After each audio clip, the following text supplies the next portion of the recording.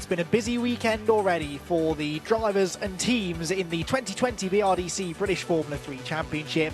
A 4-race programme here at Oulton Park, which will be the go-to format for the rest of the year as we try and cram in the correct number of races over a reduced number of events. But already we've had 3 races this weekend and 3 different winners from 3 different teams. So it is already proving to be just as wide open a season as the past 2 or 3 campaigns have been. The Oulton Park circuit in Cheshire is the host venue for the season opener, as is tradition. We've got a late summer slot though for this year, and that is reflected in the track temperature. Look at that, 34 degrees. That's been steadily climbing as the sun has by and large stayed out throughout the course of the day, and that makes the tyres on these BRDC British Formula 3 cars work exceptionally hard, and the Pirelli tyres that are limited for the teams, they only have a limited number of tyres over the course of the weekend, having to go even further this time with practice session, qualifying yesterday, 2 races and another 2 20-minute races today, meaning that by this stage I'd be surprised if anyone has any fresh tyres left. If they do though, that could be a real advantage. So in the 3 races that we've had so far this weekend, as I said, they've all been won by different people. It was Louis Foster that qualified on pole position for the first of those races, but unfortunately a penalty meant that he was not able to retain a front running position. He didn't actually manage to win the race on the road anyway. That first race of the weekend was won by Kieran Jewis with Ulista Power second and Nazim Asman in third. The second race was the weekend's reversed grid encounter, which saw Piers Pryor, after starting for the pit lane in race number 1, win race number 2. Cush Maney was second, and Bart Horston, who was in the thick of the action in this morning's earlier race, finishing in third. That race that did take place earlier on today was won by Caleb Frederick. Asman was second again.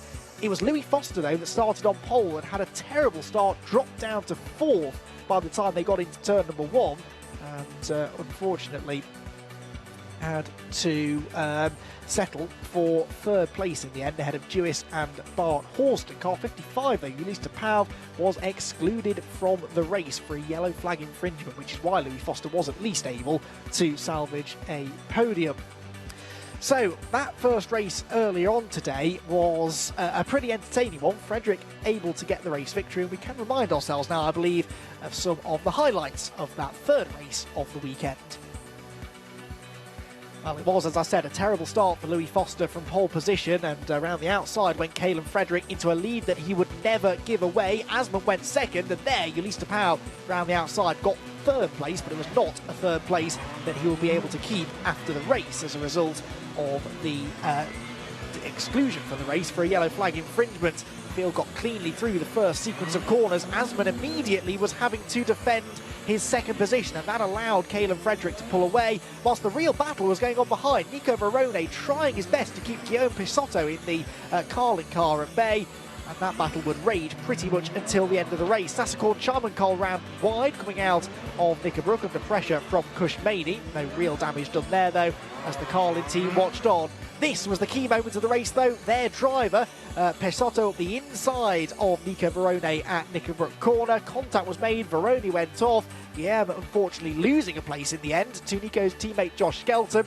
All of this happening some way behind Caleb Frederick, though, who came home a dominant race winner. Cars are on their outlap from the pit lane now then, ahead of our 4th and final race of the first event of the season for the BRDC British Formula 3 Championship that last year had a record number of race winners. It was an incredible season of racing in 2019, a championship that was eventually won by Clement Novalak, with Jonathan Hoggard second and Ayrton Simmons coming home in 3rd. Kieran Jewis, who finished 4th in the championship last year, the highest placed returning driver for 2020, but actually the vast majority of the 2019 class in the British Formula 3 Championship have now moved on to other things, and that, of course, is the very point of a championship like this one. This one in particular, though, has a serious reputation for producing top-level racing drivers. If you look at the current Formula 1 grid, almost all of them came up through the British Formula 3 Championship, or at least some other national or European Formula 3 series. And Lewis Hamilton, actually famously one of those drivers that didn't race in the British Championship, but he did race in F3 at European level. And all of these drivers looking to try and emulate his career path, and it would not be at all surprising to see a good number of these drivers in Formula 1 in another maybe 5 or 6 years. So cars then lining up on the grid. That outlap from the pit lane there I don't think was the green flag lap. They'll get another lap around the Cheshire circuit before the race actually gets underway.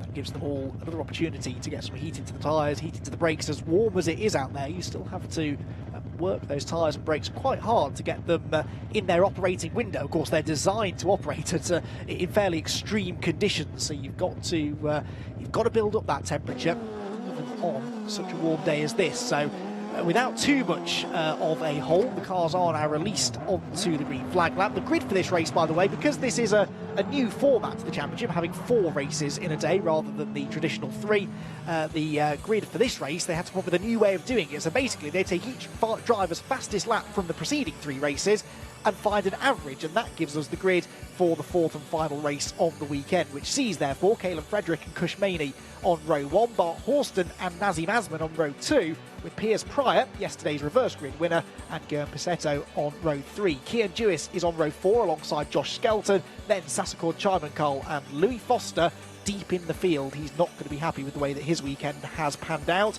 Reese Ushijua and Ulista Pau are on row 6 ahead of Ollie Clark and Manaf Hijawi. Nico Verone some way down the order after his off in the previous race. Josh Mason had an off yesterday in race number 1, and Benjamin Pedersen rounds out the field. 17 drivers then ready to do battle one more time around the Oulton Park International Circuit. And just looking through that grid, there are some interesting names in interesting places. Cush Maney immediately springs to mind because his results so far have not been all that impressive, with one exception, that being his 2nd place in the reverse grid race yesterday. But of course, track position is so important in Formula 3 racing, especially around a track like this. And if you are a quick driver, so for example, one of our frontrunners from race 1, Kian Dewis, let's take him as a prime example, won the first race with the fastest lap as well. But then if you stick him at the back of the pack in a reverse grid race, not only is it hard for him to gain that track position back, it's also hard to go as quickly when you're back in all of that dirty air. So consequently, those drivers who have only really had one race so far where they've been at the front, they've been able to really maximise that opportunity and set a fast lap time, and that's going to be an interesting tactic to watch actually as the season goes on. Drivers really utilising that reverse grid race to their advantage. Of course, if you have any problems in the races and you have to make an unscheduled pit stop, that can sometimes work into your favour because it gives you some clean air in which you can set maybe a faster lap than those that are in the pack. And it means that we're going to keep getting some slightly jumbled grids, I think, for not only the reverse grid race 2, but the average lap time grid for this 4th race of the weekend. Caleb Frederick, though, looking to become the first double winner of the year, but Cush Maney alongside him and Bart Horston behind, and Nazim Azman, they've all shown pace, they've all had podiums so far this weekend, but yet to get a race victory. Can they beat Caleb Frederick to this one then in round number 4 of the championship? Just waiting for the last couple of rows to form up. A few drivers not in quite such a hurry to get into their grid positions. Quite happy to let the front runners sit there and lose all of their tyre temperature they've just spent the last lap building up. I think we're more or less there though. So Caleb Frederick and Cush Maney, the Indian driver, on the front row together for round number 4 of the 2020 BRDC British Formula 3 Championship. The red lights go on, they very quickly go out. It's a good start made by Maney, but not quite as good as Frederick. He will hold on to the race lead. Piers Pryor goes from the outside to the inside, tries to go 3 wide at the inside into Old Hall corner. He can't get 3rd, but he can take 4th because it wasn't a great start from the 2nd of the Carling cars there, and Nazim Azman has dropped a position as a result. He's down to 5th, Pryor up into 4th place, Kian Dewis right behind them there in 6th position as they drop through Cascades for the first time. Another clean start though, and that is always a nervy moment here at Oulton Park. That first corner, Old Hall, very easy to bang wheels on the opening lap, but for the 4th race in a row they've all managed to keep out of each other's way. towards Shell they go, running wide there, a couple of drivers, including the number 21 car. That's Josh Mason, who's had a decent start, but then bangs wheels with one of the CDR cars coming out of Shell. Did they both survive that? I think they did, but they definitely got tangled up together. That'll be Verone, won't it, that he banged wheels with? So Nico Verone, having already been nerfed off the road once today, did not really want to be suffering the same fate again in race number 4. So through the Hislop chicane we come for the first time. This was the scene of the drama in the earlier race today. Number 26 goes through, that's Louis Foster, who now he started this race in 10th position. He's throughout the entire weekend lost positions off the line, so let's hope that he didn't fall any further back than 10th. Right in front of him is Sasakon Charman, called the tie driver, so 2, 4, 6, 8, and then he might have even gained one, you know, Louis Foster. I think he might have got himself from 10th to 9th, but we'll get that confirmed at the end of the first lap, which comes up very quickly here. They're quick lap times for these F3 cars, 1:37 from a standing start for Caleb Frederick.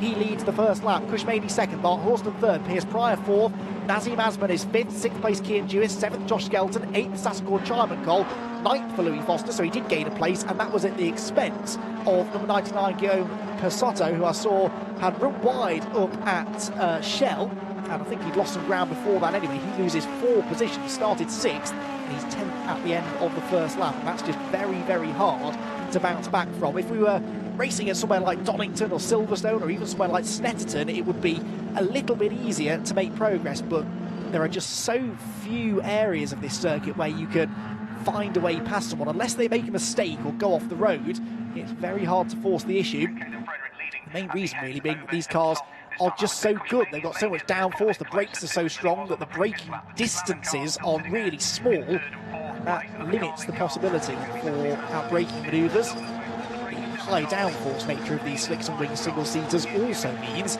that they can't really follow each other that closely without losing grip and falling outside of the attacking window, if you like. Through Druids, this is one of the closest battles, and that is Louis Foster trying to gain further ground. Now he's in 9th place, he wants 8th place, and at the moment that 8th place is being occupied by Sasakon Charman Cole. And as they head into Lodge, he had a little look up the inside, but Louis just a touch too far back. Even into a big stop like Lodge, you're just on the brakes so late anyway that you have to be taking a pretty big risk to dive up the inside from that far back. So through Old Hall they go then, and 2 laps now in the books. Benjamin Pedersen has got past Nico Verone for 16th, I can see. So Verone, who arguably was one of the pre-season championship favourites, but he's not had a good weekend so far.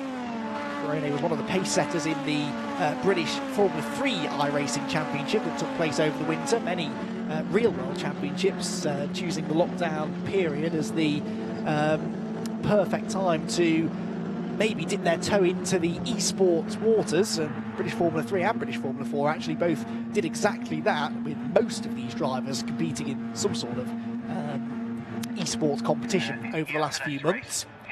At the front of the field, look at the way that Cushmaney is closing in on Caleb Frederick. The second place man just set the fastest lap of the race, 1:31.759. No disrespect to Cush, but based on previous performances this weekend, I didn't really expect that, but he has got that podium, albeit in a reverse grid race, but as I was saying before the race, that lap time that he set in that race was very competitive, and that's what's helped him qualify so well for this race. And now he is escaping from Bart Horston behind him, and he's closing in on Caleb Frederick in front of him. Out of Lodge they go. Let's see what the lap times are. The gap was 0.648 of a second. At the end of lap number 3, it's 0.768, so it goes out by just over a tenth of a second as Caleb Frederick, the race leader, takes back the fastest lap. So Frederick with a 1:31.335. There is no bonus point for fastest lap in this championship, unlike many others.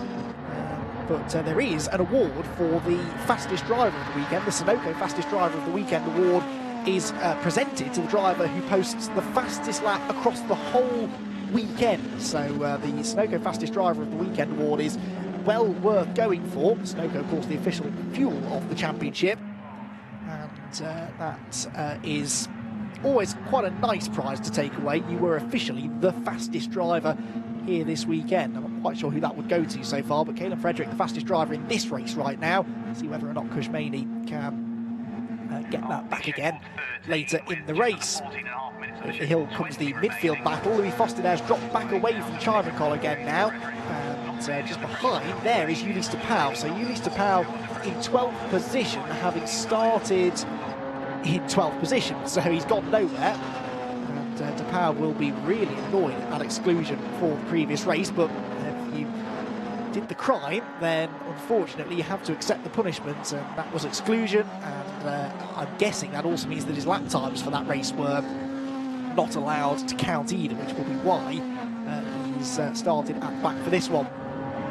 Another new fastest lap for Caleb Frederick, 1:31.139, 9/10 of a second clear of Cushmaney now. So Cush is just falling back a little bit, but he's still quicker than Bart Horston. So Horston, the Aussie driver, behind in car number 50. You can just see it there, the white and red car off in the background, not able to live with the pace of the top two for the time being.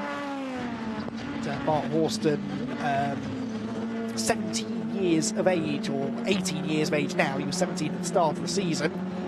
Prolific karter in Western Australia, but in 2018 he made the step up to the Australian Formula Ford Series, took 3 podiums on the fastest lap that year, so straight away was on it in car racing, and he's chosen 2020 as his year to come over to the UK, as many Australian drivers do and have done in the past, Daniel Ricciardo being one of the more recent examples of an Aussie driver who took the plunge, came across to the UK and was rather successful in British Formula 3, and now look at him, one of the hottest properties in Formula 1.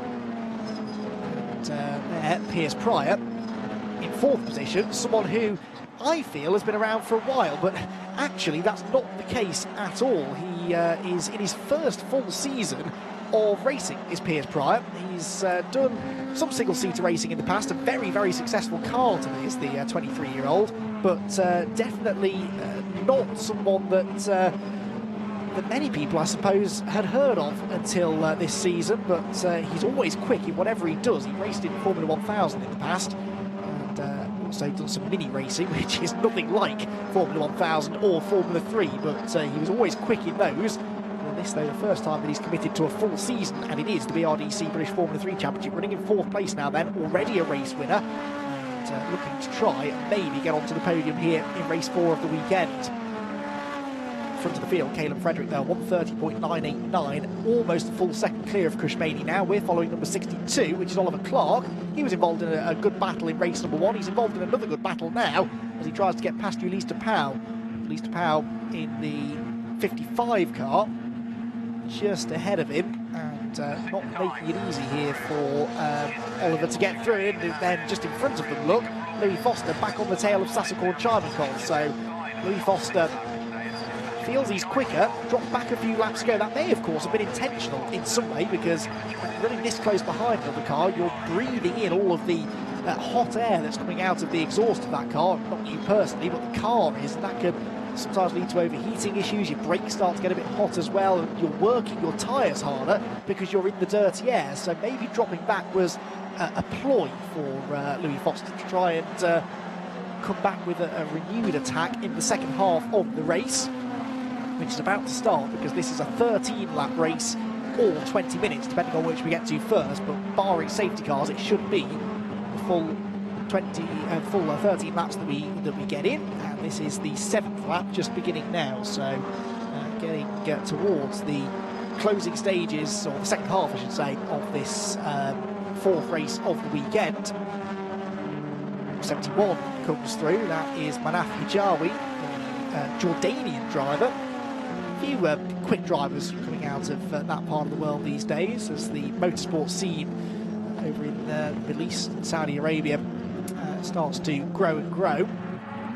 And more and more racetracks popping up over there, of course, by the year, and lots of good talent that previously might not have been found. So Manaf Hijawi racing for Douglas Motorsport this year, not having a great race. Oh, and neither is Bart Horston. Bart Horston was running in 3rd place, but he's gone off at Island Bend, and the Australian driver, well, the Ladder team have already had to repair one car in the shape of Josh Mason after he went off into the barriers at Old Hall in race 1, and now they've got another damaged car on their hands, this time though a car that was running in a podium place. So Bart Horston out of the race, and that promotes Piers Pryor, his Lannan teammate, back into a podium place. So Piers Pryor will be very pleased with this. Now that might require safety car intervention, because that is in quite a dangerous spot. It's up in the barriers as well. I think that Bart Horston was okay, but the car itself is just in an awkward spot. So yeah, there is Bart, he's out of the car.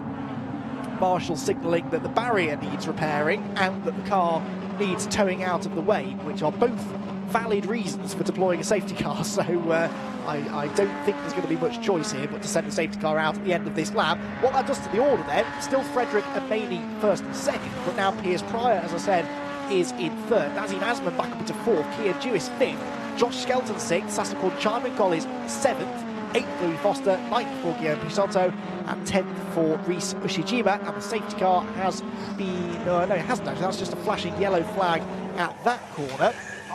Oh, and into the pit lane is Barone, so now that can't have been related because they were nowhere near each other, so that's a separate issue for the Chris Dickman team to fix. And Nico Barone has had a day to forget, hasn't he, the Argentinian driver? Louis Foster having another go at getting past Sasakon Chimancol. Of course, if there's a safety car coming soon, which there may be, then he wants to get this done quickly so that he can then benefit from the safety car and closing the 1.5 seconds or so to Josh Skelton up the road. There is Skelton, there is Chimancol with Louis Foster right behind. And Louis Foster not able to get through down at the chicane, and now through Druids he's fallen back again. For all of my talk of safety cars, there actually is not a safety car. They're continuing the race, so that is good news for Caelan Frederick and Cush Maney, because they are 1.2 seconds apart from each other, but they're 5.5 seconds nearly clear of Piers Pryor in third. There are the top two. Impressive weekend this for both of them, really, with Cush Maney getting that second place in the reverse grid race. Where did he end up in race 3 earlier on today? He was 10th, which wasn't bad. And in race 1, of course, he was towards the back, 14th. That's why he had a good grid position for race number 2. But Cush, who I spent a bit of time with over in India, actually, over the winter. He was racing in a new championship over there at the end of November, and had quite a lot of success. His team, though, didn't win the championship. His brother's team did. Arjun Maney, a very successful single-seater and now sports car racer. Cush was there, and the two of them did battle for race victories quite a few times, actually, in that championship. Cush hoping to contend for lots of victories this year, and, well, with already a second place in the bag, another second place possibly on the way here, although I'm not counting any chickens yet. We've just seen how quickly it can all go wrong. Bart Horston was running in a podium spot before he went off.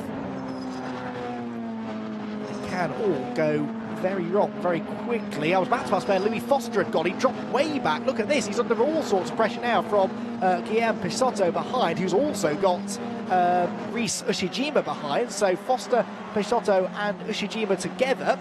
And it's Ushijima who is trying to get past the Carlin drive now. This is the other car run by High-Tech. He's Cush Maney's teammate, and Rhys, an American-based driver.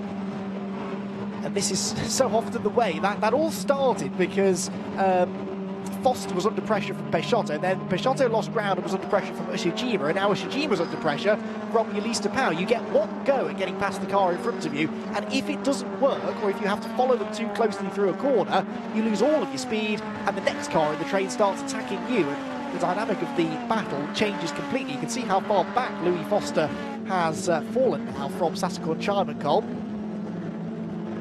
There goes Josh Mason, number 21. As I said, gave the Lannan team some work to do last night, or yesterday afternoon actually. They did get him out, I think, for the second race. The car wasn't too badly damaged, but it was a hefty whack that he gave the Old Hall corner tyre wall. But as we saw in the previous couple of races, excuse me, it's the midfield battle that sees the closest competition, and these drivers so evenly matched. I'm blaming a lot of the lack of overtaking on the cars, but actually the drivers are all just so equal that it would be hard to find a way past each other anyway. No one in this championship is a second a lap faster than anybody else. It's all hundredths of a second and tenths at the most. So it will be difficult for drivers to overhaul other cars in front of them, especially around circuits such as this one. 3 more laps to go then. Across the line comes that midfield battle, flashes past me into Old Hall Corner. And there is Benjamin Pedersen, who we really haven't seen that much of, the number 24 driver. But Benjamin Pedersen was a race winner last year, let's not forget. He won the reversed grid race at Silverstone, but that was one of only 2 podium appearances. He had a podium in the reversed gridder at Snetterton as well, when the race that was won by Lucas Pettersson, which I seem to recall confusing me at the time. But Benjamin Pedersen has race-winning pedigree, but again, goes to show just how competitive this championship is. Released to Powell now, under pressure from Oliver Clark. Powell 11th now, of course, after the demise of Bart Horston. Everyone from 4th on back gained a position from that. Just the 2 retirements still from the race, Verone and Horston. Lap times, by the way, have dropped off remarkably little, actually. Caleb Frederick, the race leader, did a fastest lap of the race on lap 6, so 1 minute 30.9, and on lap 10 last time, a 1:31.0, so he's lost less than half a tenth from his previous lap times. And the same is kind of true in the midfield, really. Everyone running within 1 or 2 tenths of their best. In fact, just to prove the point, Caleb Frederick sets a new fastest lap this time, 1 minute 30.812. He wants that Sunoco Fastest Driver of the Weekend award, doesn't he? 2.1 seconds clear now of Kushmani in second. Battle we're watching now is the one for 5th position, Kian Jewis and Josh Skelton. Skelton in the sole remaining Christian Racing car. He was the beneficiary of the contact that took his teammate Nico Verone out of the previous race, wasn't he? He gained 2 places out of that and got himself up into, if memory serves, it was 6th position, was it not? That he ended up 7th position almost for Josh Skelton in the previous race. Field makes its way through. You can see the way that they have not really spread out at all. It's not one of those sort of dull races where everyone spreads out and there's no prospect of overtaking. There's always the prospect of overtaking in this championship. It's just a matter of making it happen. And well, let's see, can Josh Skelton make it happen against Kian Jewis? Kian was the man that finished 4th in the championship last year with 1 race win to his credit and a whole handful of podium finishes. That was his first season of Formula 3 racing, having graduated, of course, after a very successful campaign in British Formula 4 the year before. Kia at the wheel of the 87 car for Douglas Motorsport, one of 3 Douglas Motorsport cars, actually. Ulista Powell and Manaf Hijawi all running for Douglas as well. Jewis looks as though he's keeping Josh Skelton at arm's length right now. The gap is really not changing, just under half a second each time. As we go now on to the final lap of the race, Caleb Frederick 2.2 seconds clear of Kushmani in front. He is 8.1 ahead of Piers Pryor, so Piers, as strong as his pace has been this weekend, doesn't have the speed at this stage to chase down the top 2. But as I said, we don't really know what the tyre situations are like for everybody out there now. They've had to manage their tyres throughout the whole weekend. Maybe that Piers possibly used his freshest set of tyres up for that reverse grid race victory yesterday. Knowing that he was going to be starting at the front, he will have wanted to maximise that opportunity. I don't think Skelton's quite given up the hope of breaking into the top 5 here, has he? He's right with Jewis, and then Louis Foster still under pressure from Guillaume Peixoto, but this is the fight, isn't it? They've been caught by Sasco and Chimengal. If the race had been much longer, I think the tyre driver would probably have caught them, but don't think the Hill Speed car is going to get there before the end of the race. Now, into Lodge Corner, though, comes Caleb Frederick, and this should be to see the checkered flag. Kushmani has pushed him hard all the way, but it is going to be a double race victory. The first double winner of the year is Caleb Frederick for Carlin Motorsport. Second goes to Kushmani for High Tech GP. And Lannon Racing, they may have lost 1 car into the barriers, but they're going to get another car onto the podium in the shape of Piers Pryor for the 2nd time this weekend. 4th for Nazim Asman. This is the fight for 5th, and Kian Jewis will just hang on from Josh Skelton in 6th, Sasako and Chimengal 7th, Louis Foster 8th, Peixoto is 9th, Shijima is in 10th position, with Ulista Power 11th, and Oliver Clark 12th, the rest of them all filing through there at the flag. There's some good battling going on behind, but I don't think there are any changes there between Hijawi, Mason and Pedersen. And just like that, it's all over. 4 races gone in a flash for the BRDC British Formula 3 Championship, and Caleb Frederick is the man on top. I haven't done the maths, but I'm pretty sure that that will put him either at or very near to the top of the points. He has won 2 races and is the only driver to have done so, and he has been pretty consistent really all weekend long.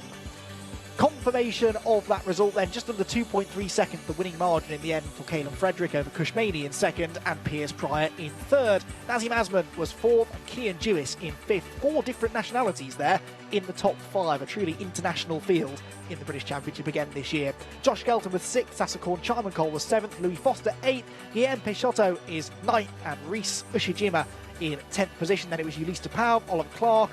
Then in 13th position was Manaf Hijawi, Josh Mason 14th, and Benjamin Pedersen in 15th. The last of the finishers, actually, because we lost Nico Verone in the pit lane for an unknown reason, and we lost Bart Horston in the barriers. We don't know how he got there, but the damage that was done was clearly the cause of his non-finish. So successful weekends then for Carlin Motorsport, for Caleb Frederick in particular, and Caleb was another driver that competed in the championship last year, had 2 race victories, like I said, one at Spa and one here at Oulton Park. He won the reversed grid race here a year ago. Didn't need any reversed grids to help him out this time around though. He was able to win 2 races, both of the Sunday races as well, which is always nice for the drivers. They're all fully aware that these are the 2 races that get the live stream treatment, and they all want to win live in front of a big audience. And Caleb Frederick, I'm sure, will be celebrating this one for quite a while. So, highlights then of our final BRDC British Formula 3 race of the weekend. Caleb Frederick on pole position made a demon getaway to fend off the baying pack into Old Hall Corner. Kushmani slotted into second position. The real action was going on behind as Piers Pryor managed to leapfrog Nazim Asman for what was at the time 4th place, just behind his Landon teammate in 3rd position, Bart Horston.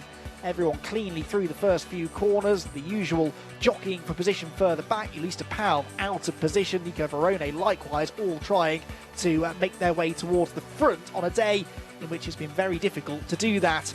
Out wide there went Josh Mason through the shell hairpin, banged wheels with Verone, who would later retire to the pit lane, but we don't know exactly what the problem was that took him out of the race, as Piers Pryor in 4th position set off after the 3rd place man Bart Horston. He was applying the pressure to his teammate when the Australian made a mistake, went off an island bend into the tyre barriers. Louis Foster was having to get his elbows out to keep the midfield runners behind him, something he succeeded in doing, but it was Caleb Frederick that became the first double winner of the season in the 2020 British Formula 3 Championship.